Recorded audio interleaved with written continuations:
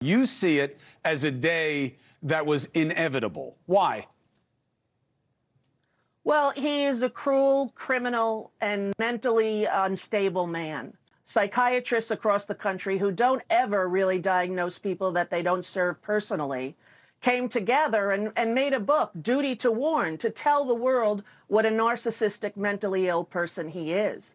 And I think he's the worst thing that ever happened to the United States. And when he is upset and humiliated and embarrassed, he has no control and he goes apeshit. Rosie O'Donnell just went full blast on Trump. And folks, this is spicier than a ghost pepper smoothie. The comedy queen didn't hold back, calling him the worst thing that ever happened to the U.S. Oof, that's gotta sting. But hold on to your MAGA hats, Rosie's just getting started.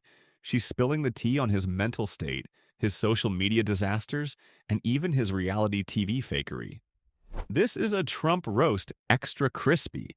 Guess who's back in the comedy ring? That's right, our favorite TV queen, Rosie O'Donnell. After laying low for a bit, she's dusted off her joke book and is ready to throw some serious verbal punches at her favorite target. Poor Donnie probably thought he'd heard the last of Rosie's zingers, but oh, was he wrong?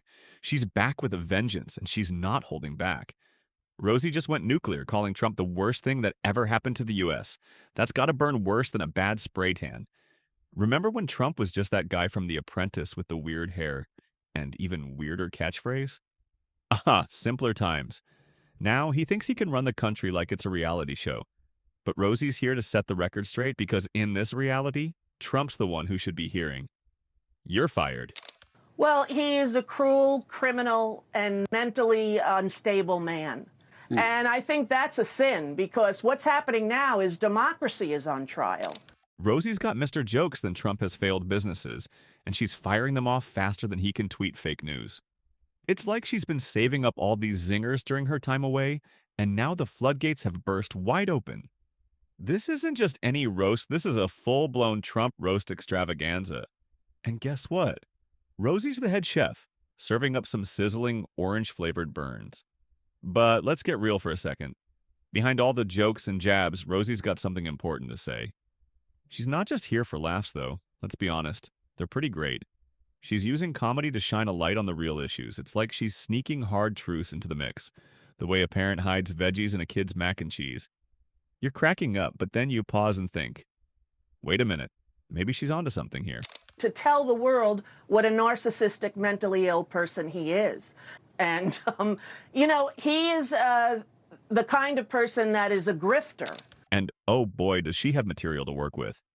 From Trump's Twitter meltdowns to his, let's say, creative take on the facts, Rosie's got enough comedy gold to last her through another 4 seasons of The View.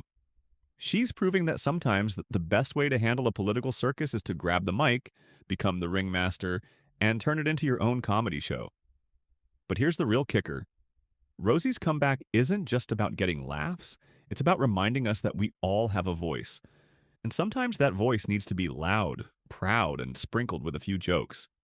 She's showing us that the best way to fight ridiculous is with ridiculous and maybe, just maybe, make people think along the way.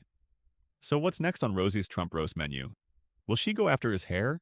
Or maybe she'll treat us to a dramatic reading of his most caps lock-filled tweets. Whatever it is, you know it's going to be good. I think he's the worst thing that ever happened to the United States by his actions, by his words, by his horrible Truth Social that is failing. Or maybe she'll start a GoFundMe to buy him a dictionary. Whatever Rosie does next, you know it's going to be sharp, it's going to be funny, and it's definitely going to make Trump's Twitter fingers twitch. Remember Covfefe? That was just Trump dipping his toe into the pool of public embarrassment. Well, folks, Rosie O'Donnell is about to cannonball into the deep end of his Twitter disasters. She's got more jokes than Trump has failed casinos, and she's not afraid to use them. Let's be real. Trump's social media presence is like a car crash. You know you shouldn't look, but you just can't help it. It's messy, it's chaotic, and it's probably going to cost someone a lot of money. But Rosie's not just standing by and watching, she's giving us live commentary, and oh boy, is it a doozy? She's been tearing into Trump's online flops, calling his Truth Social platform an absolute failure. According to Rosie, it's like Trump's trying to sell ice to Eskimos, except the ice is just his own hot air. But here's the real kicker. Rosie says that when Trump gets embarrassed, he loses it. He has no control and goes completely off the rails. It's like watching a toddler throw a tantrum, except this toddler has access to nuclear codes. Yikes. And let's not forget those tweets. Trump's Twitter feed is a comedy goldmine for Rosie. It's as if autocorrect took one look at his posts and said, "Nope, I'm out. You're on your own, buddy." When he is upset and humiliated and embarrassed, he has no control and he goes apeshit. You know, every single day he just grants my perception of him as correct. And Rosie? Oh, she's having a field day with it. Remember when Trump tweeted Covfefe and the whole world collectively went, huh? Yeah, that was just the tip of the iceberg. Rosie's got an entire stand-up routine based on Trump's typos alone. It's like she's an archaeologist of awful tweets, digging up fresh fossils of foolishness every single day. But it's not just the spelling mistakes that have Rosie rolling, it's the content too. Trump's tweets are like a window into a very strange, very orange soul. One minute, he's bragging about his very large brain, and the next, he's calling himself a stable genius. It's like he's playing Mad Libs with his own ego. And let's not forget the time he tried to pick a fight with Greenland. Yes, the country. It's like he woke up one morning and thought, you know what? Arguing with people isn't enough. Let's go after an entire landmass today. Rosie's take. Trump's tweets are the gift that keeps on giving for comedians. Like it's like Christmas morning, except instead of presents, Santa's delivering 280 characters of pure nonsense. But here's the thing, Rosie's not just in it for the laughs. She's using comedy to shine a light on some pretty serious issues. It's like she's wrapping hard truths in a candy shell of humor. You're laughing, sure, but then you stop and think, should the leader of the free world really be tweeting like this? You know, it's very interesting. I expect nothing but the lowest bar for Donald Trump. And Even though you made jokes about him, that a man would go after you the way he did and call you the things he did. It's a masterclass in comedy, really. Rosie's proving that sometimes the best jokes write themselves. All she has to do is read Trump's tweets out loud and boom, the audience is in stitches. It's like she's discovered the comedy version of a perpetual motion machine. As long as Trump keeps tweeting, Rosie's got material. All right, folks, let's step into the world of reality TV where things are about as real as Trump's tan. Remember The Apprentice? The show where Trump got to play boss, sit in a big fancy chair, and fire people left and right?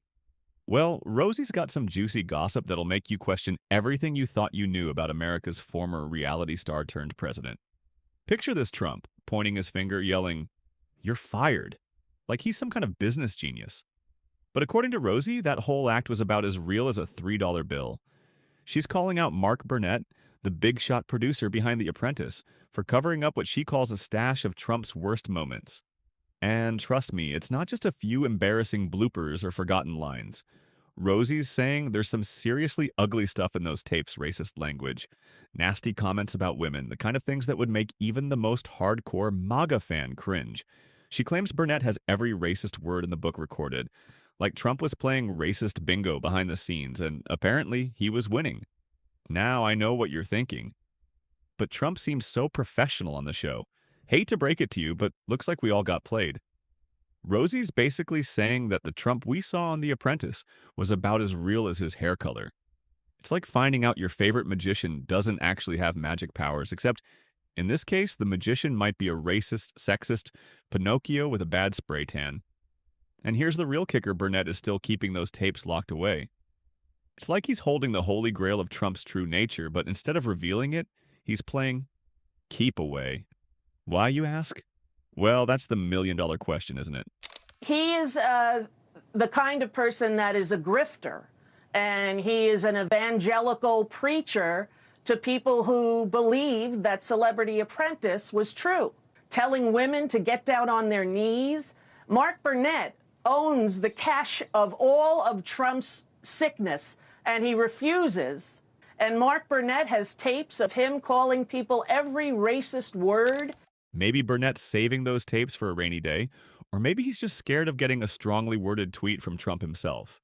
But Rosie? She's on a mission. She's determined to pull back the curtain and show us all what was really going on when the cameras weren't rolling, or at least when they thought they weren't. It's like she's setting up the world's biggest gotcha moment. And honestly, I'm here for it. So what does this mean for Trump's legacy as a TV star?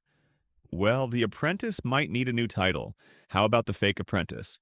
Or maybe Lying Boss? Ooh, I got it. Orange is the new deceit. Okay, I'll stop now. But seriously, folks, this is bigger than just a reality show. If what Rosie's saying is true, then for years, millions of Americans were welcoming a very different Donald Trump into their living rooms than the one that existed in real life. It's like we were all watching a long-running sitcom only to find out later that the lovable main character was actually a jerk off-screen. Except in this case, the lovable part is debatable. And the jerk part? Well, you get the idea. All right, folks, buckle up because we're about to take a wild ride into the mind of Donald Trump. Not literally, thank goodness for that, but Rosie O'Donnell's got some thoughts. And she's not holding back. She's basically playing doctor, but instead of a white coat, she's wearing her comedian hat. Rosie's throwing around some big words narcissistic, mentally ill when talking about Trump. It's like she's suddenly turned into a psychologist, diagnosing the orange man from afar. But hold on to your MAGA hats, because she's not the only one saying this. Turns out there's a whole book called Duty to Warn, written by actual psychiatrists. Yeah, you heard that right. A bunch of mental health experts got together and decided to sound the alarm on Trump's mental state. Now, normally these professionals don't go around diagnosing people they haven't met. But apparently Trump was such a special case that they broke their own rules. It's like they looked at him and thought, you know what? We need to warn people. I mean, when doctors are willing to risk their professional ethics to call someone out, you know something's up. It's like watching firefighters run away from a building. You might want to pay attention. But let's get back to Rosie. She's painting a picture of Trump's mind, and let me tell you, it's no Picasso. It's more like a kindergartner's finger painting. Messy, confusing, and probably something you don't want hanging in your house. According to Rosie, when Trump gets upset or embarrassed, he loses control faster than a toddler in a candy store. She's saying his lack of self-control might be a sign of something deeper. It's like his emotional regulation is stuck in the terrible twos phase. But instead of throwing toys, he's throwing tantrums on the world stage. Now, I'm not saying Rosie's right or wrong here, I'm just the messenger, folks. But you've got to admit, when comedians and psychiatrists start agreeing on something, that's when you really start paying attention. It's like if your local weatherman and NASA both told you to expect raining frogs, you might want to grab an umbrella. But here's the real kicker. Rosie's not just talking about Trump's tweets or his TV persona anymore. She's suggesting that his behavior, especially when he's upset, might be the biggest clue to what's going on inside his head. It's like his actions are speaking louder than his words, and they're screaming, hey, maybe someone should check on this guy. Now, I know what you're thinking. Wait, isn't diagnosing someone from afar kind of sketchy? And you'd be right. It's usually a huge no-no in the mental health world. But these psychiatrists who wrote Duty to Warn, well, they clearly thought Trump was worth breaking the rules for. Who don't ever really diagnose people that they don't serve personally, came together and made a book, Duty to Warn, to tell the world what a narcissistic, mentally ill person he is. And I think he's the worst thing that ever happened to the United States. These psychiatrists felt so strongly about Trump's behavior that they decided to break their own ethical rules. It's like watching a bunch of librarians suddenly start a mosh pit, you know, something serious is going down. And Rosie? She's basically saying, look, I'm not a doctor, but these actual doctors are saying some pretty wild stuff. It's like she's the messenger, delivering a diagnosis wrapped in a joke and served with a side of political commentary. But let's be real for a second. Whether you're Team Rosie or Team Trump, this whole situation is wild. We've got comedians playing psychiatrists breaking their own rules, and a former president who, well, let's just say he keeps things interesting. Speaking of interesting, you know what's really crazy? The way a feud between a comedian and a future president managed to tear apart one of America's most beloved daytime talk shows.